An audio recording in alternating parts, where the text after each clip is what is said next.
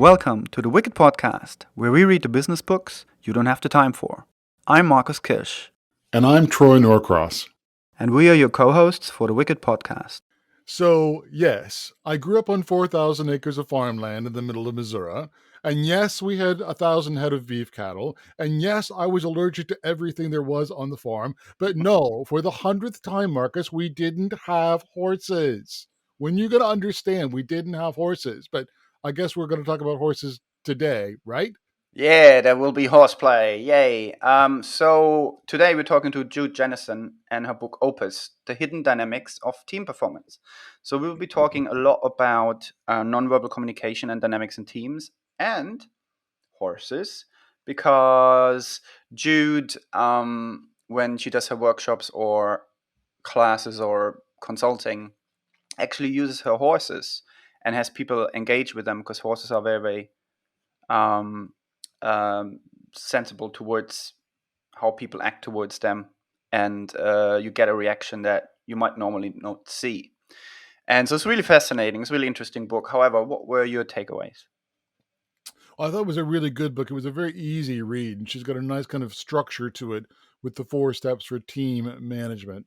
We kind of got to the end, and I picked up on one of my favorite topics, which is which is busy. People are always busy. I'm busy doing this, and I'm busy doing that, and I'm busy doing something else. And how busy do people need to be? And are they really that busy? And the ones that are that busy, they're burning out. And she had a really good insight on how do you use boundaries to push back on other people applying their busyness onto you. I thought that was a really, really good piece. And there were a number of other kind of really good, interesting insights as well. But what about you? Yeah, so because we're really busy and always try to bring in, our view on what we call team ops and the relationship between leadership and teams and people. She has a really, again, a really nice model on leadership in teams or outside on teams, where she said, you can lead from the front, from the middle, or the back, and actually. And we talked about this a fair amount as well with some other guests around self-managing teams, is that in the end, and hopefully in the future, everyone will understand that everyone has to lead, which also means that they contribute towards what the team is doing in different ways, and they can call out if something's missing, if something goes wrong or something's missing, because that makes a very healthy team.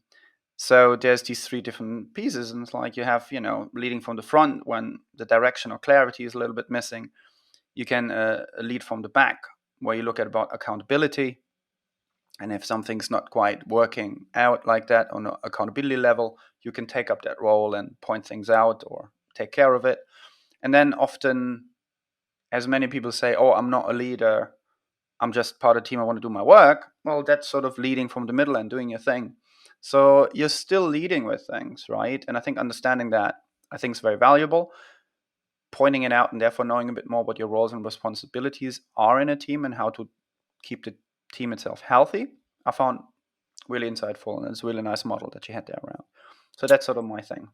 All right. So let's get out the bridle and the saddle and the riding crop, and let's lead ourselves where, Marcus? Let's lead ourselves to the interview. Before the interview, a quick word from our very first sponsor, Zencaster. We use Zencaster for all our audio and video recording, and it's a very nifty tool that splits up all the channels for very easy editing. Zencaster is used by 10% of all active podcasts. You can get 40% off the first 3 months and unlimited audio and video recordings with our special coupon code wickedpodcast. I repeat, wickedpodcast for 40% off. And now the interview. Hello, everyone. Today we're here with Jude Jennison. Hello, Jude, and thanks for being with us. Hello, and thanks for inviting me. So, as usual, we start at the top. So, please tell our listeners who you are and why you wrote the book.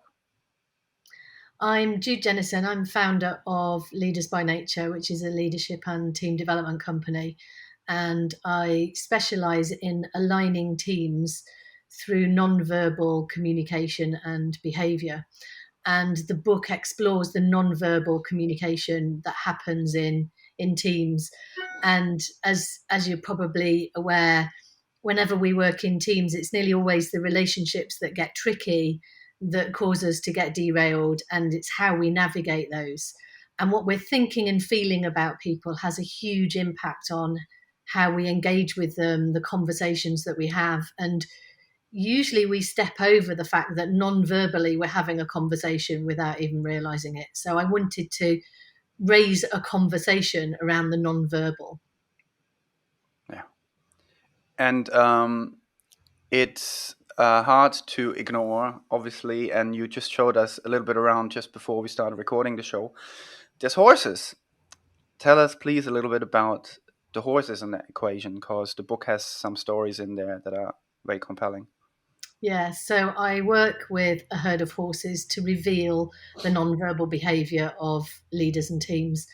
Horses respond based on our non-verbal, so they respond based on our energy, our intentions, our emotions, what you're thinking and feeling. So if you're feeling frustrated, the horses will sense it and feel it. By the way, people do as well, but horses have a greater sensitivity to it. So they will reveal what's really going on under the surface and what's not being spoken to. And that's why I work with them, because they reveal it. And once it's revealed, we can have a conversation around where are relationships tricky, where are they breaking down, where are they brilliant, and how do we focus more on our strengths and our brilliance and work through our differences together in a collaborative way. And because we're talking about nonverbal, um, and we're living in the world of COVID, I've got to ask the question that I'm sure a lot of our listeners want to know. How are you finding picking up nonverbal communications when everything is done with Zoom or video or whatever? Is it still possible? Do you have to work harder? What are you really looking for? Because I know, the horse picks up my energy because I'm standing next to the horse. But if the horse sees me on Zoom, I'm not so sure the horse is going to get it, and I'm not sure that my coworkers are going to get it. Yeah, it's interesting. The horses do get it. I did actually have a Zoom call with a team, and the horses moved away when the team were in a disagreement with each other, and they moved back when the team were harmonious. So we can pick up on our energy, and you've already got a sense. We've been on the call for a couple of minutes, so you've already got a sense of my energy. You've got a sense of whether you like me or not. You've already made up lots of assumptions about me.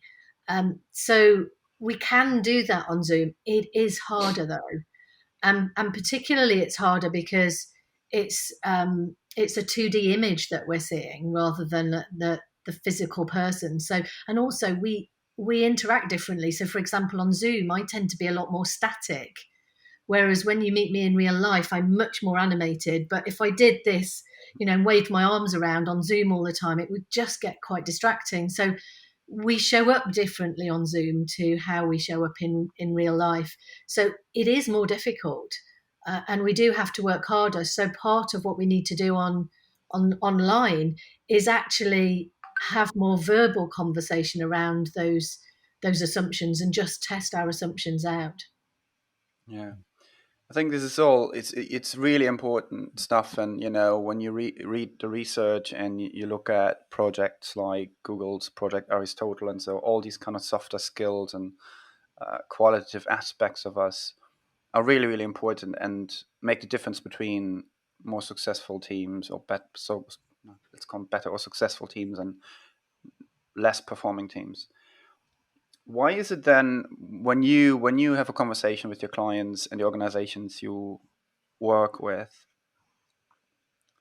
what sense do you get in terms of when they need you and when not, and when they actually come to you and when not? Because it seems there is a lot of investment and focus on technologies and driving tasks and managing tasks and people managing other people with a list of tasks. That seems to quite ignore the investment and care about those aspects of team dynamics. So how do you find the clients, and what starts the conversation usually to actually do something about it? Well, usually two things. So either a team is broken and there's a recognition that they need to that somebody needs to do something about bringing the team together and resolving difficulties, whether that's conflict, differences of opinion, or whether it's merging two cultures together. So either something is broken, and then usually at that point, people have probably tried just about everything before they come to me, and then wish they'd tried me earlier. Or it companies who invest in people, who recognise that it is the relationships within the team that enable the team to collaborate and perform at a high level. So it's unthinkable to put the England football team or any country's football team on a pitch without exploring the dynamics of the individual players, both on and off the pitch. It's unthinkable to do that in sport. And yet we do that in business all the time. So we bring teams together and we go, off you go, fly, perform, and achieve the results. And then we don't understand why they don't. And actually, as human beings in business, I think people are very skillful in being able to perform and work their way through without support. But there are always the areas that you either, because you're in it, you can't see it. Whereas somebody externally, as a coach, can see instantly what's going on in a team. And so the more that teams are invested in, the quicker they achieve their results. I mean, for example, I worked with a team who were operating at a loss and had been doing for about a year. And they did a one-day workshop with me, discovered why they were operating at a loss, shifted the conversation amongst the team, and within 3 months they were in profit. And it took them a year to invest, because in their minds, if we're operating at a loss, we haven't got the budget. And yet they were able to turn it around with a one-day workshop. So sometimes it's the work that particularly that I'm doing, because I'm often working with senior teams, it's really fine tuning. And sometimes you only need to make a subtle shift in a relationship within a team, or a subtle shift in the way somebody shows up in their leadership for it to have a dramatic result. So, all right, I've got a question for you. How many times is it the fact that the team member that has the problem know that they have the problem and are unwilling to give up the questionable stroke bad behavior? Because it's like, I don't want to give up that control. I don't want to give up that influence. I don't want to give up that title or that position. And they're actively avoiding the change that deep down they already know needs to happen. Do you see that frequently? Oh, all the time. And it's why I wrote the book, and it's the foundation for my work, because usually when relationships are tricky, there's nearly always somebody in the team that we blame and judge and make the scapegoat. And in reality, it's never one person, it's the relationship that is tricky or is broken. And so the question I get asked the most is, what do you do with the difficult person or the challenging person, or sometimes even the toxic person in the team? And my answer to that is always be curious, because there's always a reason why, because nobody gets up wanting to be difficult in the morning. And so it's what we tend to do is we focus on, how do I change that person's behavior so that my life is easier? Whereas actually what I do is I shift it completely to, how do I change my behavior to bring out the best in the team? And when I change my behavior, everything around me changes. Whereas I can't change somebody else's behavior unless I change mine first. And so teams get stuck with this wanting to change somebody else and wanting to scapegoat and blame somebody, when in reality, you can shift other people's behavior very quickly by shifting your own. How do you then maybe implement something? Do you think there's a way to get into a different process so that teams sort of status check themselves a bit more here and there, off the rails again? Yeah, there are lots of ways of doing it. One way is to get people to name one word of how they feel at the beginning of a meeting. So literally go around the room with one word: tired, curious, anxious, relaxed, excited.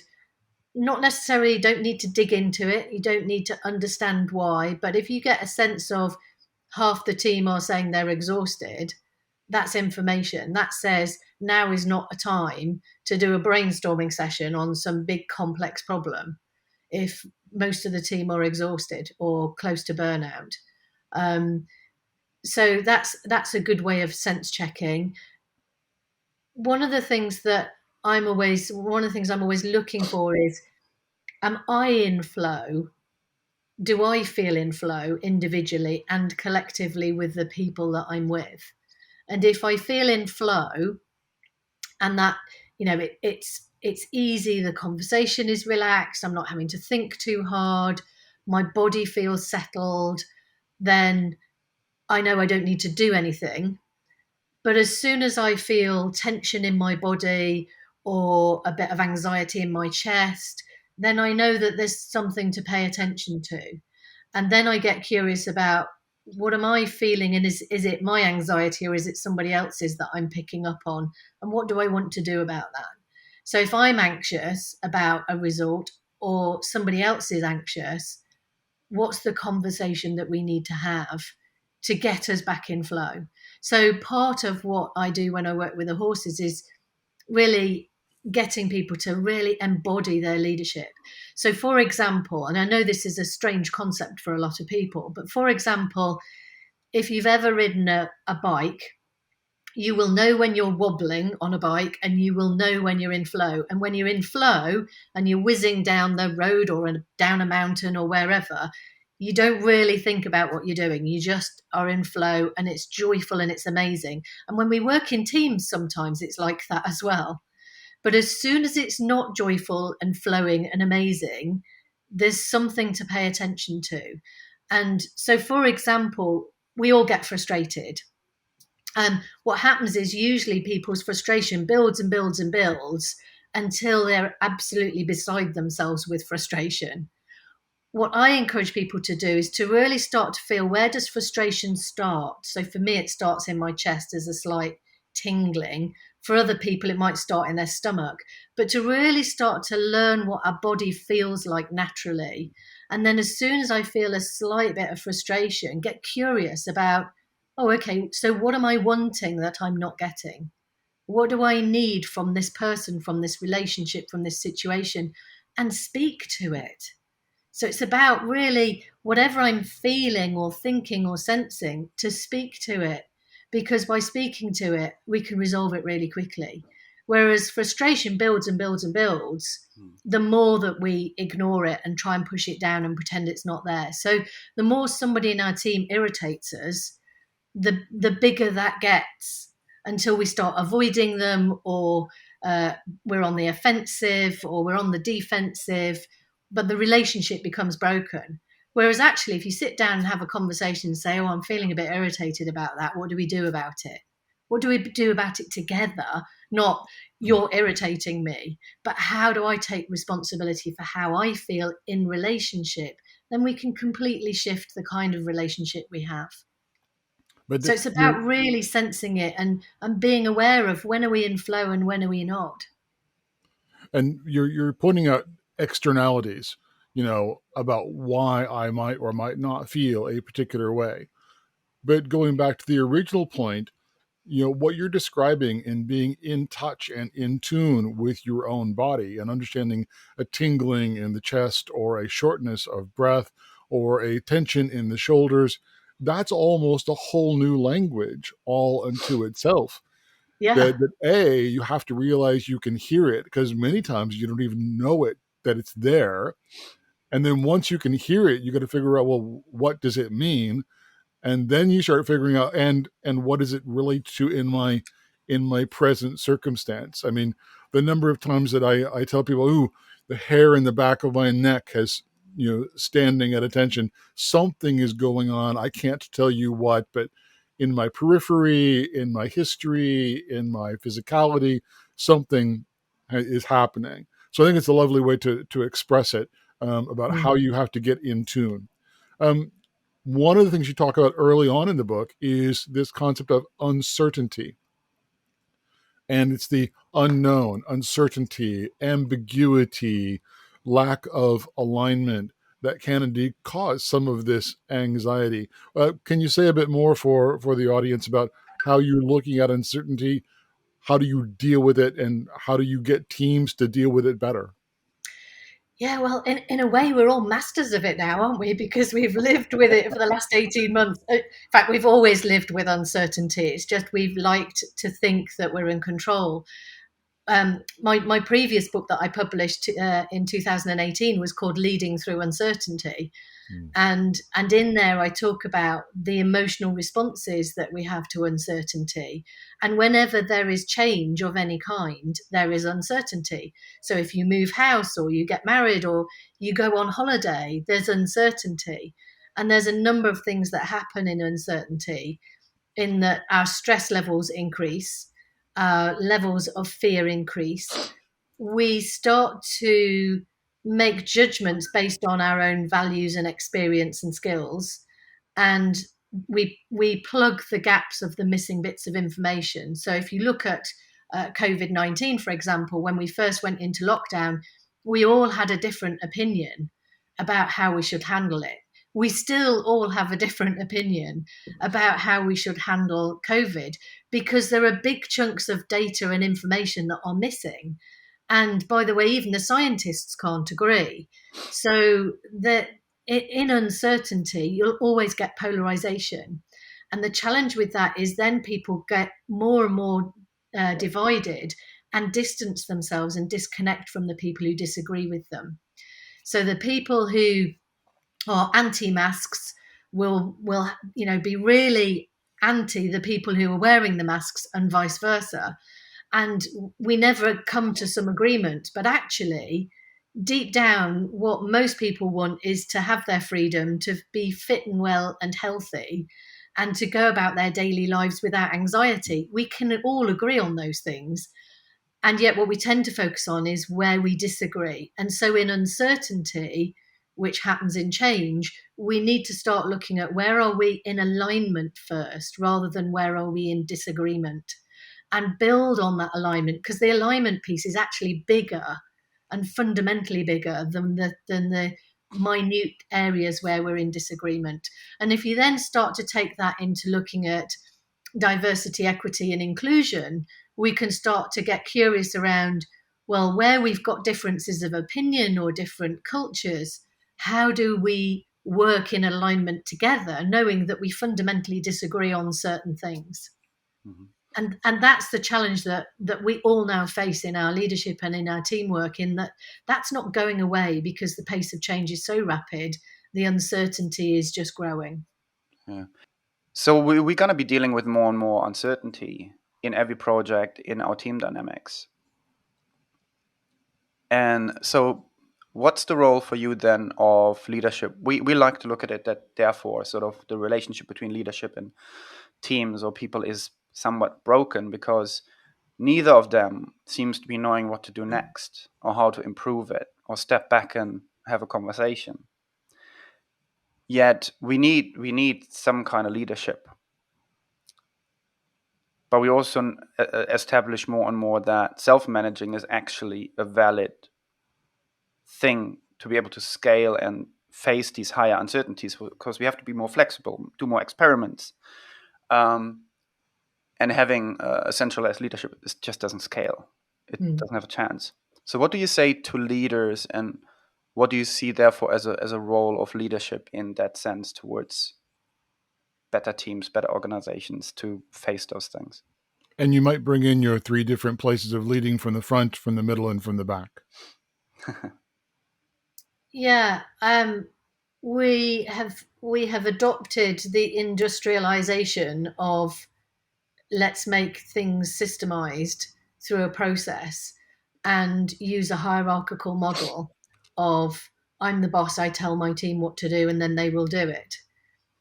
That no longer works in the 21st century. So now we need to shift to, how do we engage people? How do we emotionally connect with them? How do we give people the freedom to have their own point of view, and still stay in alignment? And how do we do that in a complex system across cultures, across borders, with different ways of viewing the world? one of the ways that I work with the horses is looking at 3 team roles, and I don't see them as a hierarchical model so much as they are 3 roles, and that everybody plays the role of leadership within the team. And those 3 roles are leading from the front, the middle, and the back. And leading from the front is concerned with providing the vision, the clarity. Here's where we're going. These are the objectives. This is what we need to do. Leading from the back is the accountability of, are we doing what we said we were going to do? And leading in the middle is concerned with the execution, the collaboration, and the communication. So communicating to the person leading from the front who's got the vision, who's forward focused, here's what's going on behind you and it's not working, or it is. And also listening to the communication from the back, because at the back you've got visibility of everything if you're all moving in the same direction. And so that is a flat hierarchy. And it can work in a hierarchical organization as well, because leading from the front is often the top of a hierarchy. But it works in a flat structure as well. And one of the things that I always say is to be curious about what's missing in this team right now. Is more clarity needed? And therefore, do I need to step into the front? Is more accountability needed? Are we all going off in different directions and not staying together? And therefore, somebody needs to call that out. That's the accountability piece. And in the middle, often people will say, oh, I'm not a leader. I just stick my head down and get my job done. Well, we're all leaders. And actually, the role within a team is not just, can I do my job, but can everybody do their job around me? And how do I do my job in a way that enables everybody to thrive and achieve their aim as well? So that it switches it from me just doing my own thing in a silo and in a blinkered view, but to how do I do this in relationship with those around me so that we all thrive? That's quite complex, and yet it's, when it's brought alive in an embodied way with the horses, it becomes very obvious from a cultural point of view in an organization. Are they very strategic and not operational? Are people trusting the team? So when somebody sets the clarity of direction, do they trust their team to deliver, or do they get involved and micromanage and interfere and derail it? So all of that, any one of those roles, if it's missing, can cause a team to go off track. It's been really great listening to you. And unfortunately, we always have more questions than we have time. So I've got one last question for you. And moving away from the team and moving back to the individual, whether it's in COVID or whether it was in pre-COVID, this concept of being exhausted, of on the edge of being burned out. There were a certain number of my friends who are Americans, don't hold it against me, don't hold it against them, who glommed onto this word busy. And busy became an important thing to be. Everyone had to be busy. And I don't like it to be busy, because it's moving for the sake of moving instead of actually delivering kind of outcomes. And Americans oftentimes like, we need this, we need this, we need this, we need this, and pressure, pressure, pressure, pressure, pressure. And I have drawn a real serious set of boundaries.